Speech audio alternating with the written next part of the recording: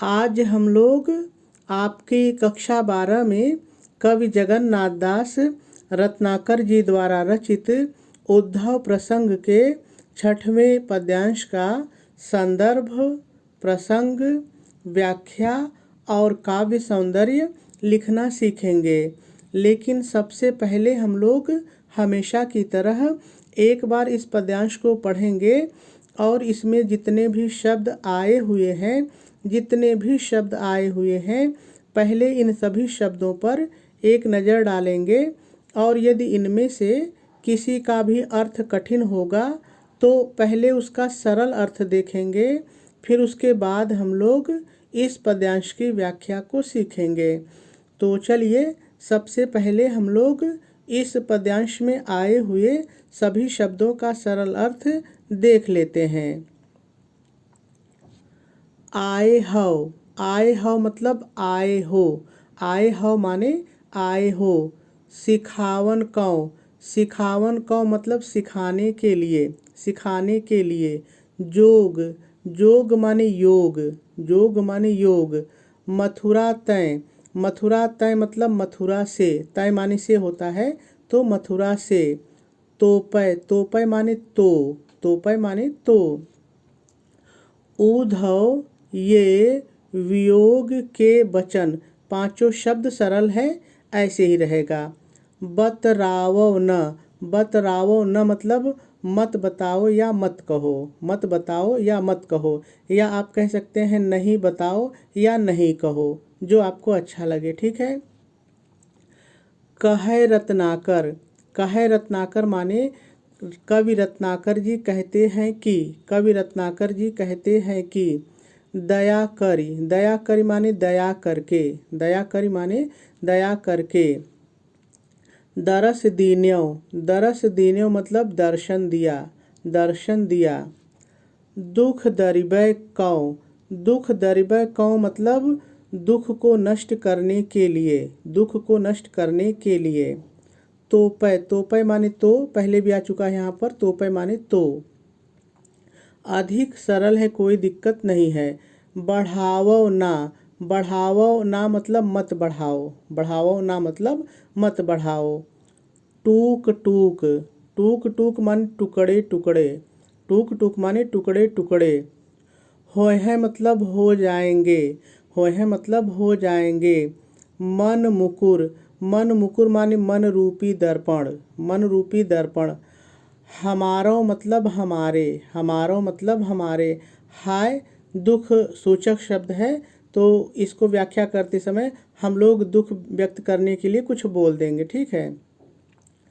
चूकी हूँ मतलब भूल से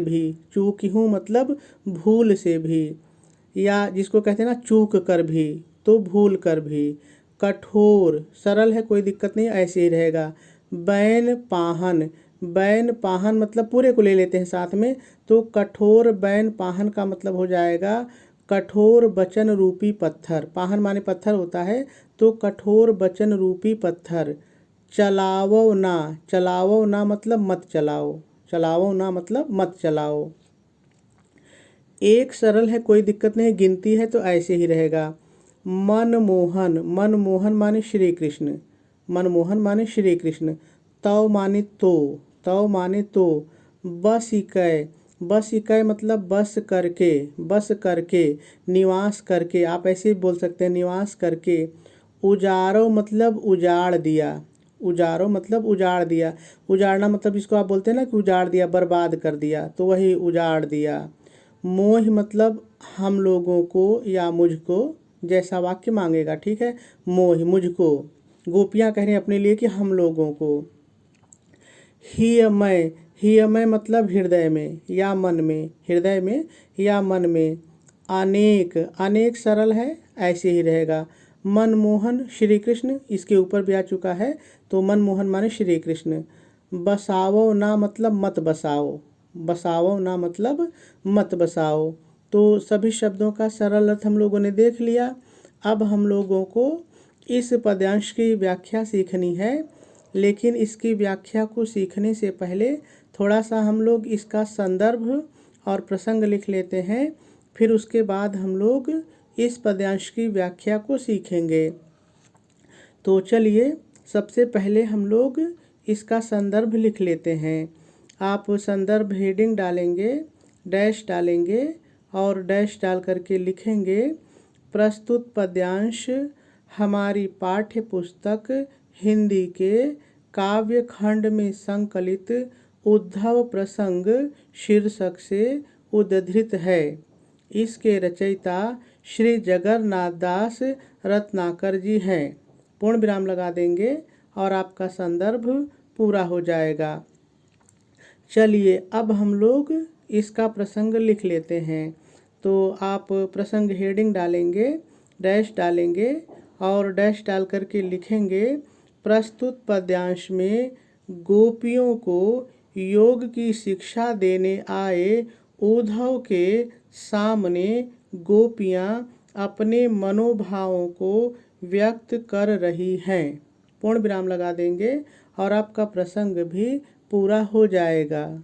चलिए अब हम लोग इस पद्यांश की व्याख्या को सीखते हैं। तो कवि कहते हैं, आए हो सिखावन कौ जोग मथुरा तय तो पै उद्धव ये वियोग के वचन बतरावो न। प्रस्तुत पद्यांश में गोपियाँ योग की शिक्षा देने आए उद्धव से अपने विचारों को अभिव्यक्त करती हुई कहती हैं कि हे उद्धव आप। अब आ जाइए पद्यांश पर। आप मथुरा से, मथुरा तय मथुरा से हमें योग, जोग योग, आप हमें मथुरा से योग सिखाने के लिए, सिखावन को सिखाने के लिए आए हो, आए हो तो पै तो हे उद्धव आप ये वियोग की बातें हमसे मत बताओ, बताओ हमसे मत बताओ, या आप कह सकते हैं हमसे मत कहो, जो आपको अच्छा लगे, और पूर्ण विराम लगा देंगे। चलिए एक बार हम लोग फिर से इन दो लाइन की व्याख्या को सीखते हैं, लेकिन पहले इन दो लाइन का भाव आप मेरे शब्दों में ज़रा सा समझ लीजिए। देखिए बहुत ही प्यारी लाइन है, और जिन गोपियों को अनपढ़ कहा जाता है वो गोपियाँ कितनी चतुर हैं। देखिए यहाँ पर एक शब्द आया है जोग, और जोग का मतलब होता है योग, और योग का मतलब होता है मिलाना। देखिए जब आप दो संख्याओं का योग करते हैं तो उनको मिलाते हैं, तो जोग का मतलब होता है मिलाना। तो उद्धव यहाँ पर योग साधना सिखाने के लिए आए हैं, लेकिन गोपियाँ चालाकी से उसका दूसरा अर्थ निकालती हैं और कहती हैं कि हे उद्धव आप मथुरा से हमको मिलने का उपाय बताने के लिए आए हैं, योग का उपाय बताने के लिए आए हैं। गोपियाँ ये नहीं कहती कि योग साधना बताने आए हैं, वो कहती हैं कि योग यानी हमको मिलन का उपाय आप सिखाने के लिए आए हो। तो हे उद्धव जब आप हमको मिलन का उपाय बताने के लिए आए हो तो फिर हमसे श्री कृष्ण के वियोग की बात मत बताओ, क्योंकि इससे हमारा दुख बढ़ जाता है। तो देखिए कितनी चालाकी से गोपियाँ अपनी बात को कह रही हैं। तो चलिए एक बार फिर से हम लोग पद्यांश पर चलते हैं और एक एक शब्दों के माध्यम से इन दोनों लाइन की व्याख्या को सीखते हैं। तो देखिए सबसे पहले आप व्याख्या हेडिंग डालेंगे, डैश डालेंगे और डैश डाल करके भाव के अनुसार थोड़ा सा पहले आप अपनी तरफ से थोड़ा सा लिख लेंगे। क्या लिखेंगे ध्यान से सुनिए। प्रस्तुत पद्यांश में गोपियाँ योग की शिक्षा देने आए उद्धव से अपने विचारों को अभिव्यक्त करती हुई कहती हैं कि हे उद्धव आप। अब आ जाइए पद्यांश पर। आप मथुरा से हमें योग सिखाने के लिए आए हो तो हे उद्धव आप ये वियोग की बातें हमसे मत बताओ, और पूर्ण विराम लगा देंगे। चलिए आगे देखते हैं। कहे रत्नाकर दया करी दरस दीन्यो, दुख दरिबै कौ तो पै अधिक बढ़ावो ना। बहुत ही प्यारी लाइन है। देखिए कवि का नाम आ गया है तो वाक्य को हम लोग यहीं से शुरू करेंगे तो हो जाएगा। आगे कवि रत्नाकर जी कहते हैं कि गोपियाँ उद्धव से कहती हैं कि हे उद्धव, आप हमारे श्री कृष्ण के वियोग के दुख को समाप्त करने के लिए समाप्त करने के लिए दया करके हमें अपना दर्शन दिया है। तो हे उद्धव, उनके न आने का संदेश कह करके, इतना भाव के अनुसार अपने से जोड़िए। तो हे उद्धव, उनके न आने का संदेश कह करके हमारे दुखों को और अधिक मत बढ़ाओ। ठीक है, और फिर पूर्ण विराम लगा देंगे। चलिए एक बार फिर से हम लोग इस 2 लाइन की व्याख्या को सीखते हैं, लेकिन पहले इस 2 लाइन का भाव आप मेरे शब्दों में समझ लीजिए। देखिए इस 2 लाइन में है क्या कि जो गोपियां हैं वो उद्धव से कहती हैं कि हे उद्धव, आप जो हमारा श्री कृष्ण के वियोग का दुख था उसको समाप्त करने के लिए। इसका मतलब क्या है? देखिए जब कोई आपका अपना आपसे बहुत दूर हो और वहाँ से कोई संदेश लेकर के आपके पास आता है तो आपका दुख कम हो जाता है कि चलो कोई तो मेरे अपने के पास से उनका हाल समाचार लेकर के आया है। तो जो गोपियाँ हैं वही कह रही हैं कि हे उद्धव, आप हमारे श्री कृष्ण के पास से उनका संदेश लेकर के आए हैं, तो आपने हमारा जो वियोग का दुख था उसको समाप्त करने के लिए दया करके जो आपने हमको दर्शन दिया है वो तो ठीक है, लेकिन अब आप उनके न आने का संदेश कह करके हमारे दुखों को और अधिक मत बढ़ाओ। बस यही बात जो है वो गोपियाँ कह रही हैं कि हमारे दुखों को और अधिक मत बढ़ाओ। लेकिन कैसे कह रही हैं, चलिए हम लोग एक एक शब्दों के माध्यम से फिर से देखते हैं। तो हम कहेंगे आगे कवि रत्नाकर जी कहते हैं कि गोपियाँ उद्धव से कहती हैं कि हे उद्धव, आप हमारे श्री कृष्ण के वियोग के दुख को समाप्त करने के लिए दया करके हम लोगों को अपना दर्शन दिया है। तो हे उद्धव, अब तुम उनके न आने का संदेश कह करके, अब आप कहिए चाहे तुम कहिए, तो आप उनके न आने का संदेश कहकर हमारे दुखों को और अधिक मत बढ़ाओ, और पूर्ण विराम लगा देंगे। चलिए आगे देखते हैं। टूक टूक होई हैं मन मुकुर हमारो हाय, चूकिहूँ कठोर बैन पाहन चलावो ना। आगे गोपियाँ उद्धव से पुनः कहती हैं कि हे उद्धव, भूल से भी, चूकिहूँ भूल से भी आप अपने कठोर वचन रूपी पत्थर को हमारे ऊपर हमारे ऊपर मत चलाओ। हाय, ऐसे ही बोल लीजिए, हाय हाय हमारे मन रूपी दर्पण के, मन मुकुर मन रूपी दर्पण के टुकड़े टुकड़े हो जाएंगे, और पूर्ण विराम लगा देंगे। चलिए एक बार फिर से हम लोग इस 2 लाइन की व्याख्या को सीखते हैं, लेकिन पहले इसका भाव समझ लीजिए।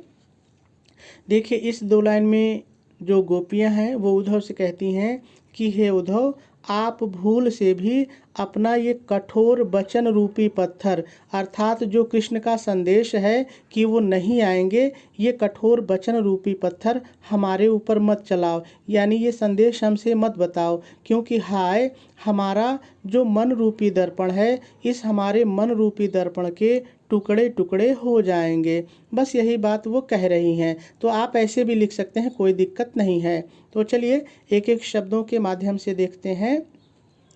तो गोपियाँ उद्धव से कहती हैं कि हे उद्धव, आप भूल से भी, चूकी हूँ, भूल से भी अपने कठोर वचन रूपी पत्थर को हमारे ऊपर मत चलाओ। हाय हमारे मन रूपी दर्पण के टुकड़े टुकड़े हो जाएंगे, और पूर्ण विराम लगा देंगे। चलिए आगे देखते हैं।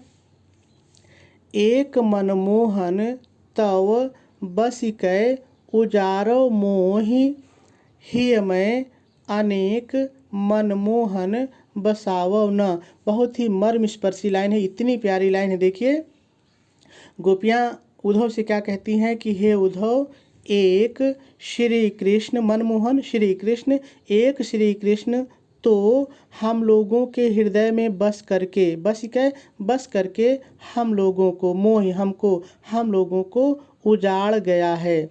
अब हे उद्धव, आप हम लोगों के हृदय में अनेकों श्री कृष्ण मत बसाओ। ठीक है, चलिए एक बार फिर से दोनों लाइन की व्याख्या को सीखते हैं, लेकिन पहले इसका भाव समझिए, कितना प्यारा भाव है। देखिए इसके ऊपर जब हम लोग देखे थे तो गोपियों ने कहा था कि हे उद्धव, अपने कठोर वचन रूपी पत्थर को हमारे ऊपर मत चलाओ, नहीं तो हमारा जो मन रूपी दर्पण है ये टुकड़े टुकड़े हो जाएगा।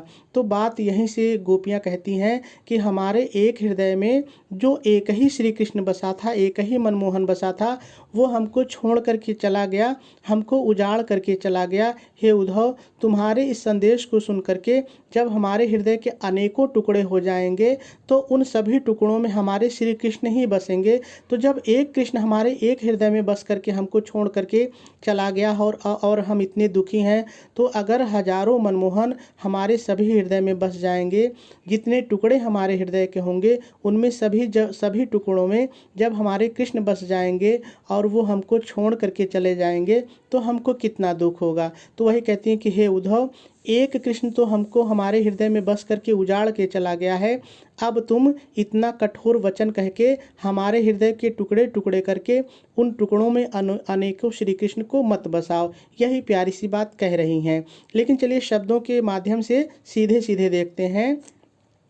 तो गोपियाँ उद्धव से कहती हैं कि हे उद्धव, एक श्री कृष्ण तो हमारे हृदय में बस करके हमें उजाड़ कर चला गया है।